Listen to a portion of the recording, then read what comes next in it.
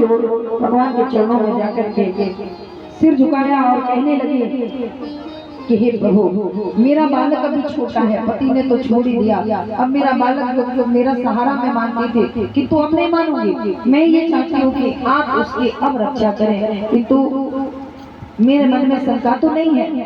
मैं उसे भोजन कराती थी और दौड़ते दौड़ते यदि वो गिर जाता था तो मेरे हाथ से थाली छूट जाया करती थी, मेरे हाथ में निवाला रहता था। उस समय मेरा हृदय फट जाया करता था कि मेरा बालक गिर गया, लेकिन जंगल में कोई देखने वाला नहीं है। अब आप जाइए प्रभु, आप रक्षा करिए मेरे पुत्र की। और हाँ पुत्र कहते हुए भूमि पर गिर पड़ी, बेहोश हो गई। इतने में मानो भगवान ने अपने ही अवतार नारद जी को भेजा है। तुरंत नारद जी वीणा पर नारायण नारायण करते हुए ध्रुव के सामने पहुंचे। ध्रुव मार्ग में जा रहे थे। नारद जी ने कहा बेटा कहाँ जा रहे हो?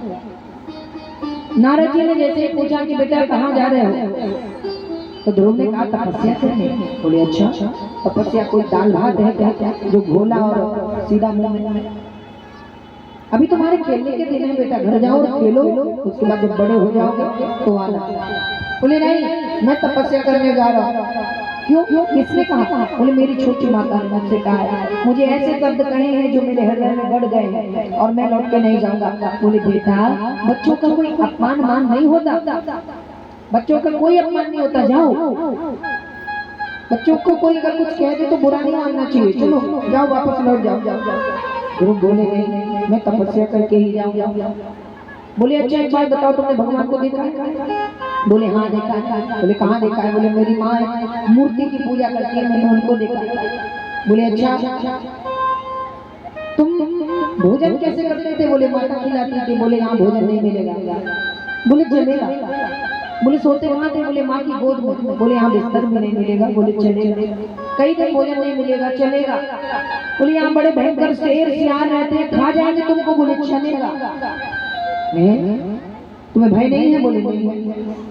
क्यों नहीं है? बोले तपस्या करनी है। नारद जी ने कहा बेटा देखो, घर लौट जाओ।